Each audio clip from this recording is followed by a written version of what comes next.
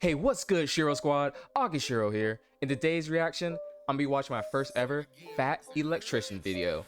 And to tell you the simple truth, I have no idea what American secret underground cheese bunker could even mean. I'm not even gonna try to even guess because it's so out there that I'm just trying to hop into the video and just see for myself. So without further ado, let's get right into the video. This has almost nothing to do with the US military, but it's so ridiculous I can't not talk about it. Today we're talking about America's strategic cheese reserve. Yeah, if you didn't know, the United States currently has over 500 underground cave warehouses spanning across 35 different states, the largest of which is underneath Springfield, Missouri, where America, as of August 2022, currently hoards 1.5 billion pounds. Why does Missouri or any state need 1 billion pounds of cheese? I'm uploading this video very close to April Fool's Day. This is not an April Fool's joke. I am 100% serious. El Dorado is real, and Uncle Sam made it out of cheese. El Dorado,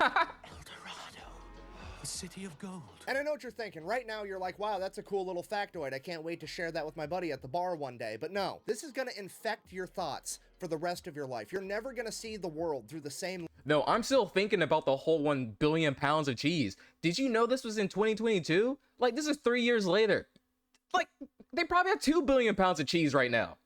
Ever again. I mean, for example, let's just say you're at home watching The Walking Dead. You're gonna come to the realization there'd be way more fucking cheese in the apocalypse than that, okay? You're never gonna be able to watch Mad Max again without thinking about cheese. You have to come to the terrifying realization that you live in a world where there is a greater than 0% chance that one of these underground cheese caves gets mistaken for a government facility and gets nuked in World War III, and we're gonna have to deal with a radioactive tsunami wave of nacho cheese. And this is real. All right, Bethesda, hey, I know what you got to do for this DLC right now, okay?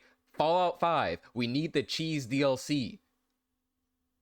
I asked myself one question: how on earth did America get to this point? Because I know it didn't happen overnight, and what I found was the craziest real-world example of a butterfly effect that I have ever seen. And believe it or not, it all actually ties back in with last week's video of the ice cream ships of World War II. If you missed that, the super abbreviated version, basically the US government banned alcohol during Prohibition in the 1920s. Because of that, all the bars in America turned themselves into ice cream parlors to stay in business. Ice cream stepped up to fill the social void left by alcohol. If so facto, there was like 2 generations of Americans that... All right, hey, dude, I love cookies and cream, so America, if you want to have Prohibition for like, say like a month, just so I can get like a lifetime supply of ice cream, hit me up, please. Let's make this offer. I really want my cookies and cream.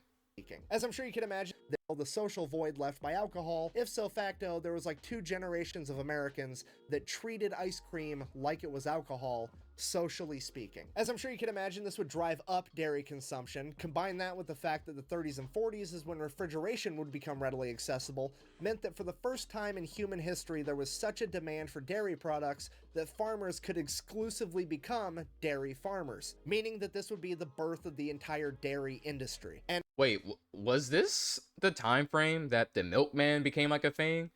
Because I do know the meme about how you have to watch out for the milkman, especially around your wife. Dude, that was classic old school America. Honestly, it worked out great. Right up until it didn't in 1949. 1949, 4 years after World War II, the American military is downsized, there's not an entire horde of young men eating 10,000 calories a day, and America's not exporting anywhere near as much food to other countries for war relief, meant that there was a decrease in dairy consumption, or a dip in the dairy market. As this became a bigger and bigger problem, the government had to step in because they weren't about to let the entire dairy industry implode, because, I mean, let's face it, that would be utter catastrophe. So the USDA stepped in and said, hey, you know what, we're gonna buy all the excess milk. Okay, pause. Thought experiment. You're a dairy farmer. You make all of your money by selling milk. And then suddenly, a couple years back, motherfuckers quit drinking milk, aka you made less money. Now the government has come out of left field and said, hey, we're gonna buy all of the milk. What do? You make more fucking milk. And that's exactly what happened. So just to be clear, there was already too much milk. Now there's definitely gonna be too much. Yeah, you got me, so you got me. all the milk starts flowing in. The government has absolutely no idea what to do with it, so they turn it into cheese. That way it doesn't expire. That part makes sense. Okay, hey, hear me out though. Why did we not just get more burgers? Okay, we're already America. We already are fat. Like, We have all the cows right now. Just get me more burgers. But now what do you do with all the cheese? They have no clue, so they just throw it underneath a mountain, ignore it, and hope the problem goes away. But it doesn't go away because every single presidential administration through the 50s, the 60s, the 70s, they all continue to buy up excess milk to prop up the dairy industry, turn it into cheese, and stash it away in these caves. It literally turns into a giant political game of kick the can down the road because nobody wants to be the president that crashes the global economy by not buying enough milk while sitting on top of a mountain of cheese, which, understandable, I don't want to be that guy either. Then, fast forward to 1980, Ronald Reagan, aka the small government guy, gets elected, finds out that the US government is sitting on top of 500 million pounds of cheese and spending $1 million a day to refrigerate and store it. 1 million a day? He looks at this whole issue like a beaver looks at running water. Absolutely fucking not. We can't have it. So his administration goes about figuring out the cheapest way to solve this cheese problem. Obviously, we're gonna throw it all in the ocean. However, having at least the foresight to understand that that would cause political backlash, he wanted to see how the public would receive it, so someone from his administration shows up to a White House press conference with a 5-pound block of moldy cheese and is like, hey, we got 500 million pounds of this shit. How would you guys feel if we threw it in the ocean? It'll be fun. We'll save money on cheese. We're going to find out if blue whales are lactose intolerant. It's going to be a great science experiment. The public did not go for it. They kind of felt like, hey, I've paid taxes for the last 40 years. You've turned those taxes into cheese. I would at least like the cheese. So then the Reagan administration took the 55-gallon drums of cheese, cut it up into 5-pound blocks, packaged it, and spent the remainder of his administration funneling 300 million pounds of cheese into impoverished and elderly homes. And this is where we get the saying, government... Hey, I'm not...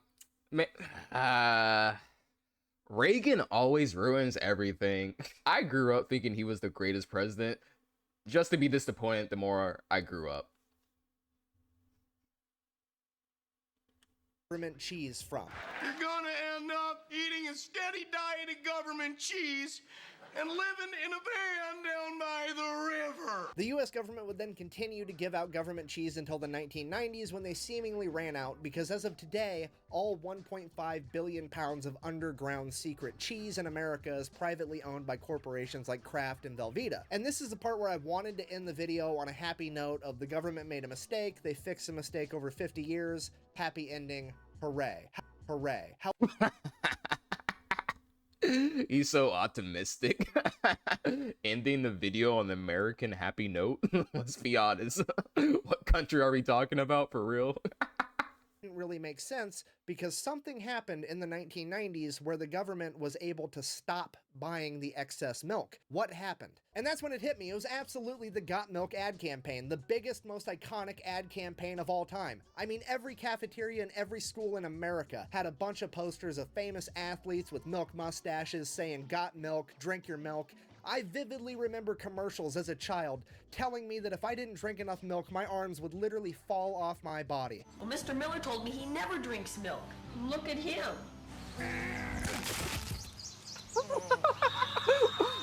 No, that's not good. Bro, this commercial is psychotic.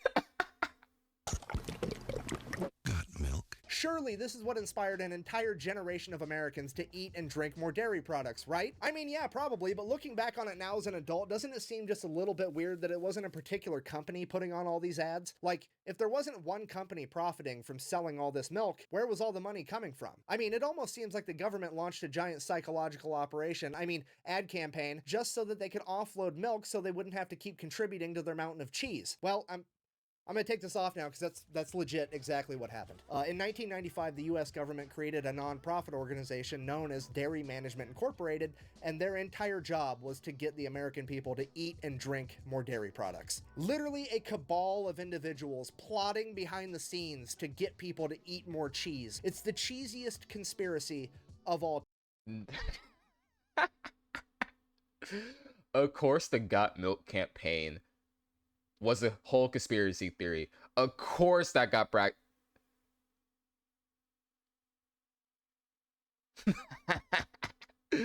Of course the Got Milk campaign got tied back to a conspiracy theory. Of course!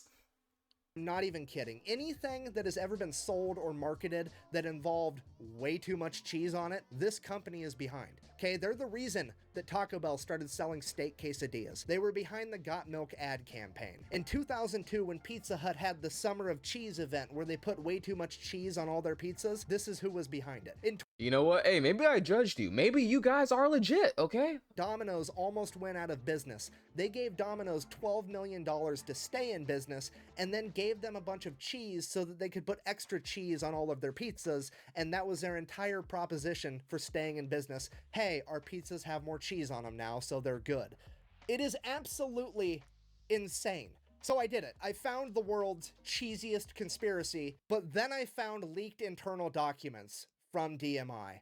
And they are the funniest fucking thing I have ever read in my entire life. I'm gonna go ahead and read one for you now. It's a letter from Pizza Hut to DMI regarding a meeting they recently had. July 6, 1999. Dear Greta, we wanted to express our thanks once again for a wonderful meeting last week. We appreciate your team taking the time to share some very valuable information and creativity during our brainstorming session. Everyone is very excited about the presentation you gave regarding DMI's available resources and cheese industry insights. We look forward to working together to develop many cheese ideas we've discussed. We believe this is going to be a valuable partnership for both Pizza Hut and DMI. Let's sell more pizza and more cheese! Exclamation point. Thank you again for coming to Dallas. We look forward to talking to you soon about our partnership opportunities.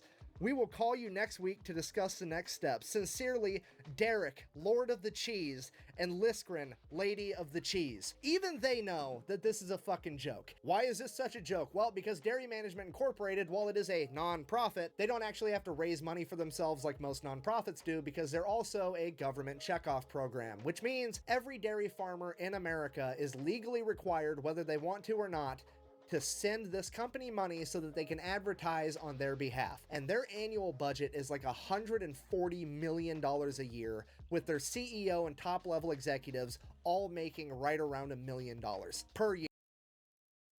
Maybe I got into the wrong business. Hey, who wants to be a VTuber reaction? Whatever, you can literally make money. You're talking 100 million making cheese? Oh, sign me up. I'm on the wrong career path. You're not picking up what I'm putting down. I'm trying to tell you there is a group of people in America getting paid $1 million to convince Americans that cheese is awesome. Okay, that's like trying to fucking explain. Let's go. That's the American dream. Stevie Wonder what nothing looks like and getting paid $1 million for it. He already fucking knows that, okay? It makes no goddamn sense. Cheese is so fucking good that it is the one thing on earth that if you were allergic to it, we're not going to say you have a cheese allergy. No, you're lactose intolerant. We're not going to say you're allergic because we all know you're going to eat that shit anyways because the consequences are worth it. Am I upset right now? A little bit. Is it because I'm jealous? Uh-huh. It's basically selling ass candles to dogs and getting paid $1 million for it. It is the most ridiculously easy job on the planet, and I'm so mad that it's not mine. Anyways, I guess if you made it this far in the Unhinged TED Talk, in conclusion, the US government banned alcohol in the 1920s. It set forth a ripple effect through time, and now some dude in 2023 has my dream job of making $1 million a year to convince people of some shit they already knew. And the US has 1.5 billion pounds of cheese hidden in an underground cave network. Fucking the more you know, I guess. Thanks for watching. Best way to support the channel is go buy some merch at thefatelectrician.com. Quack bang. Out. I'm gonna go eat some fucking cheese. All right, I guess I have the prohibition to thank for my love of cheese and Got Milk. I think you guys are watching the video. We definitely learned a lot today. America, hey, keep doing you, I guess. You always surprise me with the more wild stories I learn every day. But hey, it's been your boy Agishiro. Thanks for coming out to the video. Make good choices, and I hope to see you guys next time. Peace.